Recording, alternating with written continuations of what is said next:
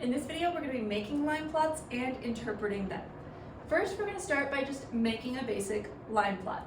We have our data set up here and our number line down below. We're going to be organizing this data into the number line. So our lowest value looks like it's 0, and our highest value looks like it's 9. So we're going to start our chart like that.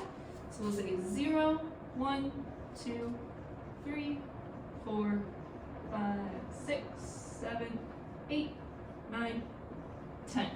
Now, even though our highest value in the data set is only 9, we can still go to 10. There just won't be anything in that section.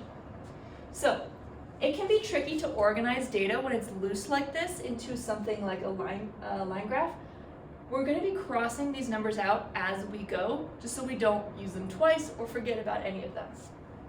So here we have a 3. We're going to put that into our chart. You can use a dot or an X as long as you use the same thing throughout. So we have another 3.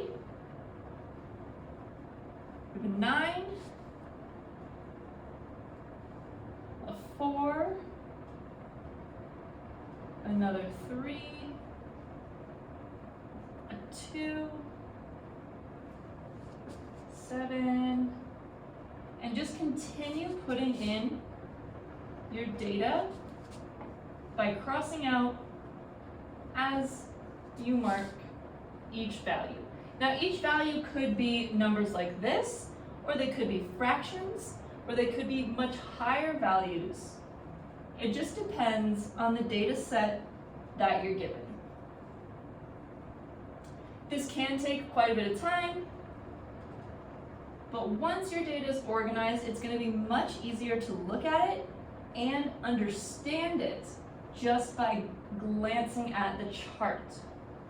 Looking at our list of numbers, it's very difficult to see how many of each number there is, but once our chart is done, we can just look and see which value was the highest and which value was the lowest. Few more numbers to go.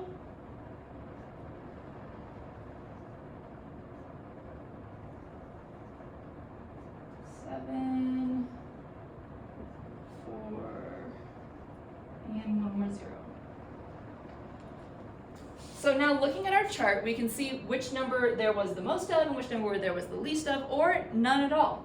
We can see that 0, 1, 3, 6, and 9 all showed up 4 times. 2 only showed up once, 5 showed up once, and we had absolutely no values that were 10.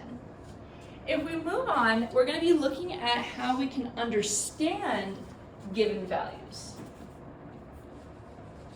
So this one already has the data points, but we need to understand what they mean.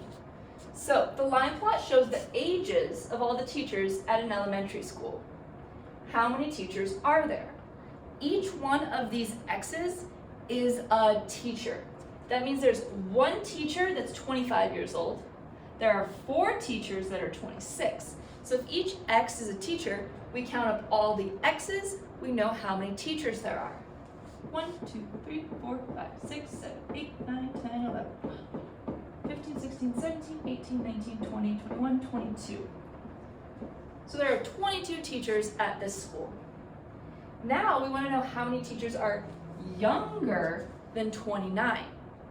So 29 is right here. We want to know younger than 29. We don't care about 29 or any of the older teachers. So now we're just going to count less than 29.